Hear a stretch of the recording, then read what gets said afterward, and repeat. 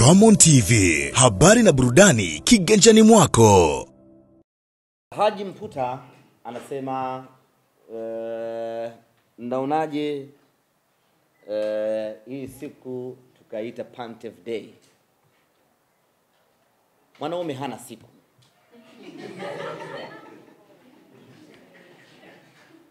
Sawa bana Kwa hiyo hii ni Simba Day ya meneja Pantev. Lakini tunaangalia uwezekano wa kumfanya kuwa mgeni rasmi katika mchezo huu. Hiyo ndio title yetu sisi.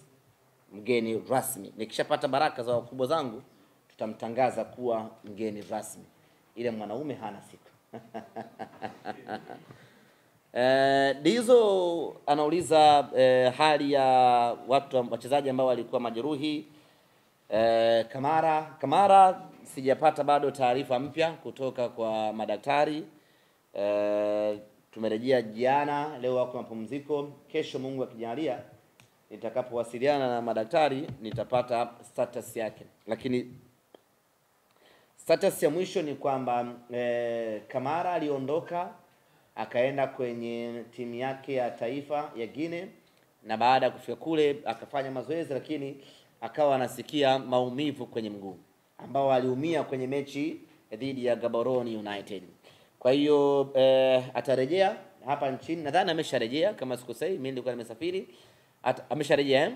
Amesharejea na baada ya kurejea atafanywa vipimo ili madaktari waone na waamue anahitaji matibabu ya aina gani. Kama ni operation, kama ni vidonge tu, basi atapewa ili aweze kurejea kiwanjani. Kwa hiyo naamini mpaka kesho nitakuwa na majibu mapya. Bajaber alishaanza mazoezi tangu wiki iliyopita, na kesho timu ikiresume mazoezi na yeye atakuwa sehemu ya wanaofanya mazoezi kuelekea katika mchezo huo. Siwezi kujua kama atakuwa fit enough kuweza kupewa nafasi katika mchezo wa tarehe 26. Hilo sina uhakika. Alassane Kante tayari nimeshaeleza, alikuwa anasikia maumivu kidogo, na mwalimu meneja Pantev akasema kama anasikia maumivu basi abaki nyumbani. Nitasafiri na wale ambao wako fiti kwa 100%, kwa sababu mimi aina yangu ya pira mikazo nahitaji mchezaji ambaye yuko fiti kwa 100%. Hata kama mtu anauma mafua, meneja Pantev hataki kumtumia kwa sababu mpira wake muda wote ni nginja. Hasa mtu asije akatufia uwanjani. Kwa hiyo mtu akiwa na maumivu kidogo tu anaambia huyo asubiri. Kwa hiyo ameshakaa sawa sawa hivi sasa.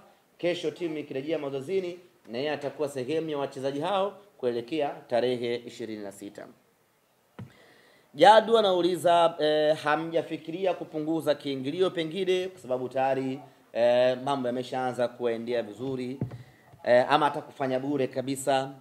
Ni msiba peke yake ndio hauna kiingilio. Umeelewa Ni msiba peke yake ndio waga bure. Lakini starehe yoyote iliyobaki hapa duniani ina kiingilio chake. Na Simba Sports Club tunakwenda kwenye starehe. Na tena sio starehe ya kawaida, ni starehe ya kiwango cha hali ya juu mno. Ni starehe ambayo inakustarehesha mwili wako wote. Ni starehe ambayo inaburudisha akili yako. Ni starehe ambayo inafurahisha macho yako. Ni starehe ambayo inakuacha ukiwa na roho nyeupe mwaka mzima. Starehe ya namna hiyo huwezi kuingia bure, my brother.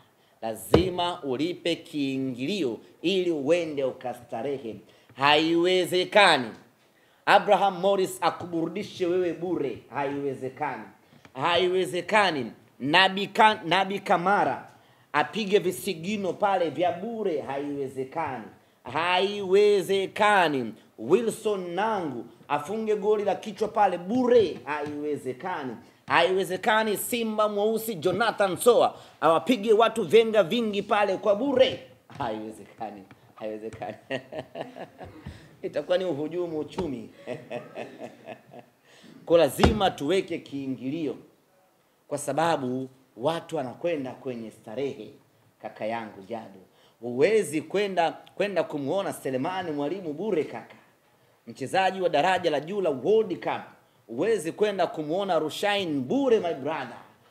Ni mambo ambayo hayawezekani.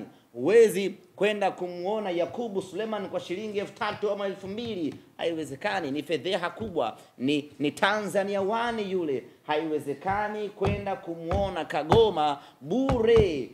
Ni kumtusi yule Kagoma. Kwa lazima tuweke viingilio, tena viingilio vya maana kweli kweli, kwa sababu unakwenda kupata starehe ya roho yako. Unakwenda kujisahaulisha matatizo yanayokukabili wewe na familia yako tarehe 26. Na hiyo siku watu tunakwenda tunaenjoy namna hii uwanjani. Njoo na bebe yako uwanjani. Kama unao 3 4, njoo nao wote waje wafurahie. Njoo na familia yako siku hiyo uwanjani. Njoeni watu waenjoy, usije peke yako. Njoeni watu wafurahie. Hii ni starehe, uweze kwenda bure ndugu yangu. Na tarehe 26 mesha kuona movie ya Escape from Sobibo. Mesha hawajaiona Wale watu waliopanga mstari wanaingizwa kwenye tanuri la moto, walivyokuwa na wasiwasi pale, kwa sababu kwanza wanakwenda kuingizwa kwenye tanuri la moto, alafu ukikimbia huku kuna bunduki, kuna mbwa anakung'ata, yani unakuwa na wasiwasi. Sasa hao ndio watu wengine wanapokwenda kwenye mechi zao. Kwa Simba Sports Club unakwenda uwanjani tarehe 26. Yani unaondoka nyumbani una furaha, unaingia uwanjani una furaha, unatoka uwanjani una furaha. Nyama ameshaingia hatua ya makundi. Ni kweli mpira una maajabu yake, mpira una dunda, lakini maajabu ya wale mabwana kupindua meza haiwezekani. Hao nyinyi mnayaona? Yani sisi Simba Sports na akili zetu. Yule Nsingizini la kwanza, la pili, la tatu, dakika 90. Hata tucheze miaka 3 ndio watapata goli moja kila mwaka mmoja. Jamani, natumai tumemaliza